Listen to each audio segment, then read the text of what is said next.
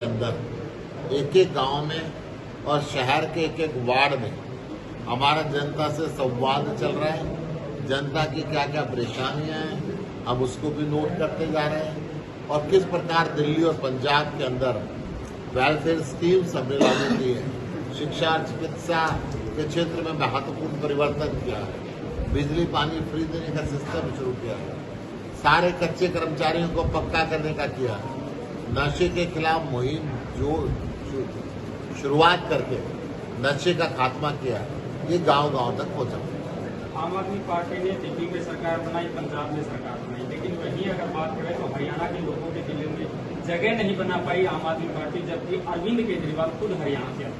आम आदमी पार्टी अभी बहुत छोटी पार्टी है, इस देश में सबसे यंग पार्टी है। इस देश के अंदर कोई भी पार्टी इतने कम समय में एक राज्य से अधिक राज्यों में सरकार बनाने वाली पहली पार्टी है। कोई भी इतने कम समय में नेशनल पार्टी बनने वाली पहली पार्टी है। आम आदमी पार्टी हरियाणा के अंदर अभी चुनाव लड़ी कुरुक्षेत्र से 5,19,000 से ज्यादा वोटें आम आदमी पार्टी ने ली।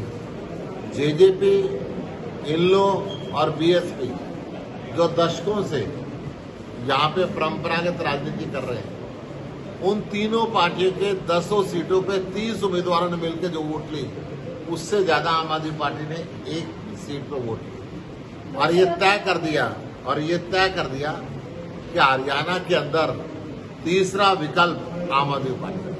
लोकसभा चुनाव में गठबंधन के दौरान जो है आपने चुनाव लड़ा, क्या विधानसभा चुनाव में भी यही चीजें देखने को मिल सकती है या फिर आम आदमी पार्टी जो अकेले चुनाव? आम आदमी पार्टी को प्रदेश के अध्यक्ष होने के नाते मेरी जिम्मेदारी बनती है हर बूथ को मजबूत करूं, हर विधानसभा को मजबूत करूं। हमारा पूरा कैडर इस काम पे लगा हुआ है। इस प्रदेश के अंदर सबसे मजबूत कैडर आम आदमी पार्टी का कैडर है। परंतु ये जो गठबंधन हुआ था लोकसभा चुनाव के लिए हुआ था, विधानसभा चुनाव के लिए अंतिम फैसला अरविंद केजरीवाल जी करेंगे, हमारा राष्ट्रीय नेतृत्व। सुनने में ये बात भी आ रही है कि अगर अरविंद केजरीवाल बाहर आ जाते हैं तो ही विधानसभा चुनाव जो है अकेली आम आदमी पार्टी लड़ेगी, नहीं तो अगर वो अंदर रहते हैं तो लोकसभा चुनाव की तरह से गठबंधन नहीं लड़ेगा। कहाँ से सुनने भाई? बहुत सारी चीजें आम आदमी पार्टी मैंने बताया हर बूथ को मजबूत करने पे लगी हुई है, हर विधानसभा को मजबूत करने पे लगी हुई है। ये फैसला किसी भी पार्टी की पॉलिटिकल अफेयर विंग का होता है या राष्ट्रीय नेतृत्व का होता है और ये फाइनल फैसला होने का। प्रदेश के मुखिया आए दिन हर रोज कोई ना कोई घोषणा कर देते हैं। आज की भी अगर बात करें तो सफाई कर्मचारियों का वेतन बढ़ाया, क्या कुछ कहना? देखिए, घोषणा सरकार बन गई है, धरातल पे कुछ नहीं करती है। घोषणा करती है इतनी नौकरियां देंगे, सारा हरियाणा बेरोजगार हो गया। हरियाणा के बच्चे डर की रास्ते से विदेश जाने के लिए मजबूर है। घर में बूढ़े माँ बाप को छोड़ने के लिए तैयार, जाने के लिए तैयार है। घंटों घंटों बिजली के लंबे कट लग रहे हैं।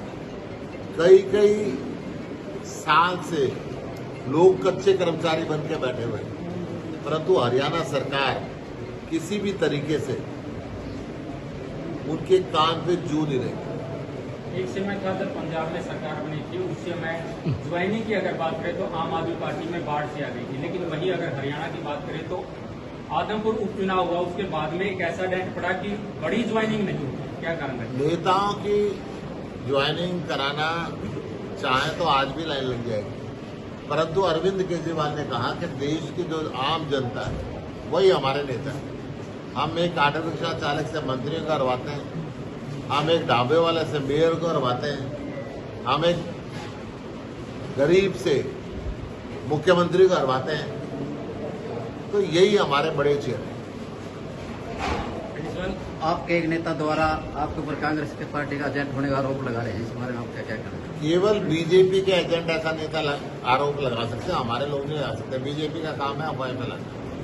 सर, जो जनसंवाद कार्यक्रम चल रहा है, क्या इसके दौरान विधानसभा चुनाव को लेकर के कोई चेहरे भी देखे जाएंगे कि किस प्रकार का प्रत्याशी तरह से? लगातार आम आदमी पार्टी अपने हर चेहरे पे नजर बनाई हुई है।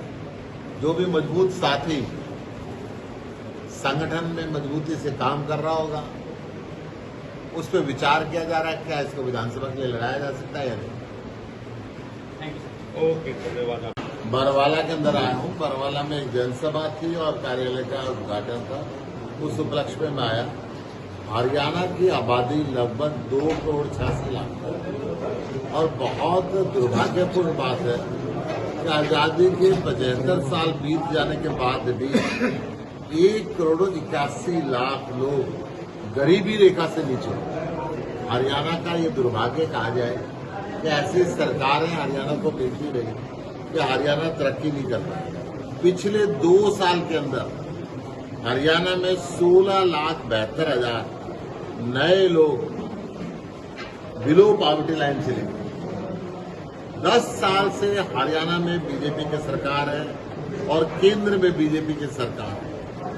अगर मैं गरीबी रेखा से नीचे लोगों की बात करूं तो अंबाला जिले में 1,86,057, भिवानी में 2,31,999, चरखी दादरी में 88,049, फरीदाबाद में 3,25,419, गुड़गावा में जिसको मिलेनियम सिटी कहते हैं 1,76,922, हिसार के अंदर 3,24,000, जिले में आप बैठे हुए 439, झज्जर के अंदर 1,48,725, जींद में 2,30,000। एक लंबी फहरिस्त है।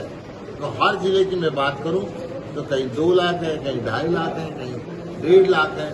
इस तरीके से सबसे ज्यादा गरीबी रेखा से नीचे अगर मैं हिंदुस्तान के अंदर बात करता हूं तो प्रतिशत के अंदर हरियाणा सबसे नीचे जाता जा रहा है, प्रतिवर्ष नीचे जा रहा है।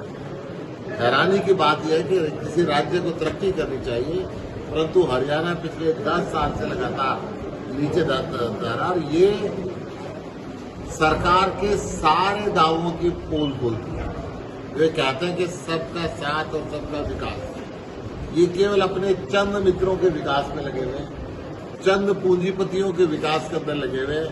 हरियाणा के विकास से कोई लेना देना नहीं। हरियाणा के जो मंत्री हैं वो और उनके रिश्तेदारों की संपत्ति बढ़ती जा रही है, परंतु गरीब और गरीब होते जा रहे हैं। लाखों उद्योग हरियाणा में बंद हो गए, लाखों नौकरियां चली गई, नए उद्योग लग नहीं पा रहे, नई नौकरियां मिल नहीं पा रही।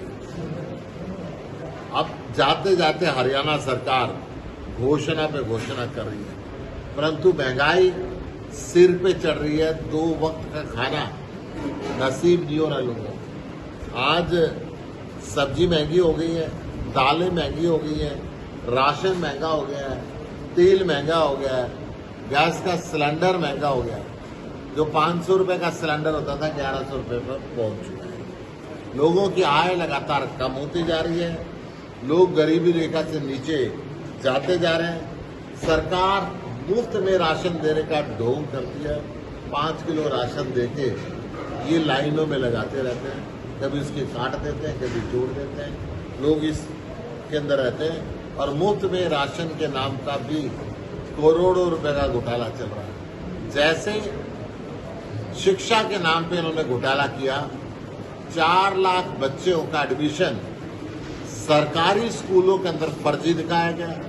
उनके किताबों के पैसे खा गए, उनके यूनिफॉर्म के पैसे खा गए, उनके नाम के अध्यापक जो रखे गए उनकी सैलरीज को खा गए। इसी तरीके से हर चीज में घोटाला आता जा रहा है। जमीनी स्तर पे आमूल चूल परिवर्तन करने की हरियाणा के अंदर जरूरत है। सिस्टम में बदलाव की जरूरत है, पॉलिसियों में बदलाव की जरूरत है। केवल घोषणा भी सरकार बने, इससे हरियाणा नहीं चलने वाला। आज हरियाणा को ऐसी सरकार चाहिए जो गरीब को खत्म ना करे, गरीबी को खत्म करे, भ्रष्टाचार को खत्म करे, अपराध को खत्म करे, नशे को खत्म करे, बच्चों को रोजगार दे, नए उद्योग लगाए। हरियाणा में इकोनॉमिक रिफॉर्म करने की जरूरत है। जनता के पास पैसा आएगा तो मार्केट में जाएगा, इकोनॉमी का पहिया घूमेगा। ये सरकार ने, हरियाणा सरकार और केंद्र सरकार ने मिल के इस देश की और इस प्रदेश की इकोनॉमी का बेड़ा गर्क कर दिया। अरविंद केजरीवाल जो दिल्ली के अंदर, पंजाब के अंदर बिजली फ्री देते हैं, पानी फ्री देते हैं, शिक्षा फ्री देते हैं, world class health care facility free देते हैं और लगभग 20,000 रुपये के करीब मिनिमम वेजेस देते हैं डीसी रेट, जो हरियाणा में 9,500 रुपये। तो हरियाणा में अब बदलाव के लिए हरियाणा का लाल अरविंद केजरीवाल चाहिए और हरियाणा के अंदर आम आदमी पार्टी की सरकार चाहिए।